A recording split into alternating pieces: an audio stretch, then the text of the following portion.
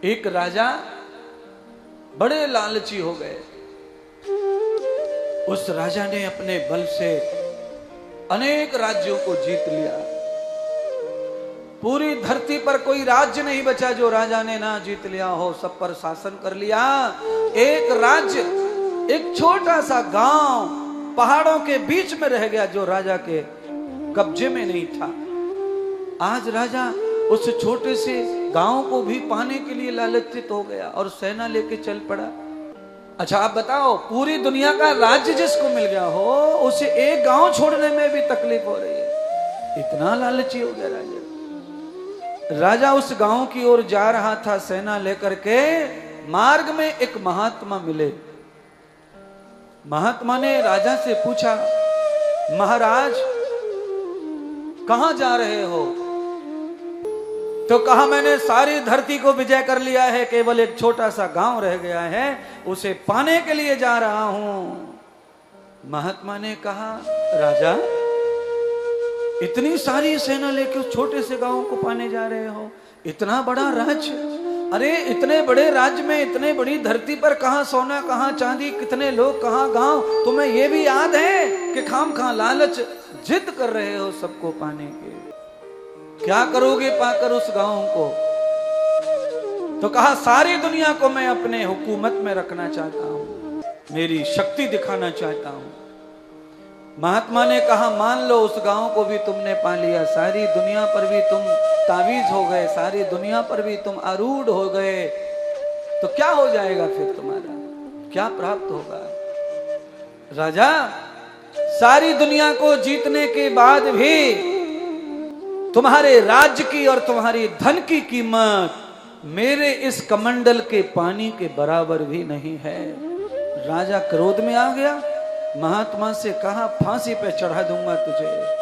तेरे कमंडल का पानी मेरे राज्य से नाप रहा है? अरे तेरे कमंडल जैसे तो मेरे हजारों समुद्र है, हजारों तालाब है, हजारों नदियां मेरे राज्य में है, और तू कमंडल का पानी लेके घूम रहा है। बाबा अकल पे पत्थर पड़े तेरे? राजा ने पूछा, महात्मा बताओ, इस कमंडल के पानी से कम कीमत मेरे राज्य की तुमने कैसे तोली? तो महात्मा ने कहा, सुनो, मान लो तुम जंगल में इसी तरह जा रहे हो और भयंकर प्यास ने तुम्हें घेर लिया है, दूर दूर तक पानी नहीं है, और थोड़ी देर में पानी नहीं मिला तो तुम्हारे प्राण चले जाएंगे, ऐसा तुम्हें प्रतीत होने लगे, और उस समय मैं इस कमंडल को लेके तुम्हारे पास आ जाऊं, इस पानी से तुम्हारे प्राण बचें, और ये पानी मैं तुम्हें पिलाऊं पर इसकी कीमत मांगूं, तो तुम क्या कीमत दोगे? तो कहा, ऐसा कभी हो गया तो मैं तुम्हें 1-8 करोड़ दे दूंगा।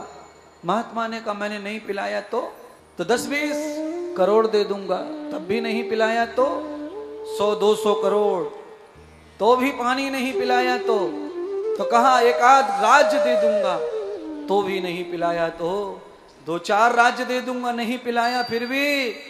तो राजा ने अंत में एक ही कहा, अपने प्राण बचाने के लिए मैं सारी संपत्ति तुम्हें दे दूंगा और अपने प्राण बचाने के लिए पानी पीऊंगा। तब महात्मा ने कहा, यही मैं तुम्हें बताना चाहता हूं कि तुम्हारे सारे संपत्ति की कीमत मेरे एक घूंट पानी के बराबर की नहीं है, क्योंकि कीमत तो जरूरत की होती है, बाद में किसी चीज की कोई जरूरत नहीं तो उसकी कोई कीमत नहीं। आंखों की कीमत कौन की है? आंखों की कीमत कौन करता है? आप लोग तो आंखों की कीमत समझते ही नहीं है। अरे क्या है, थप्पड़ मारते रहते, रगड़ते रहते। जिनकी आंख नहीं है उन्हें कीमत समझते हैं। उनके पास में जिस चीज का अभाव है उसका प्रभाव भी उन्हीं को समझता है। शरीर दे दिया भगवान ने आपको, गोरा चिकना बदन दे दिया, तो आपको कीमत नहीं है फिर अपनी बदन की, आप भूल जाते हैं।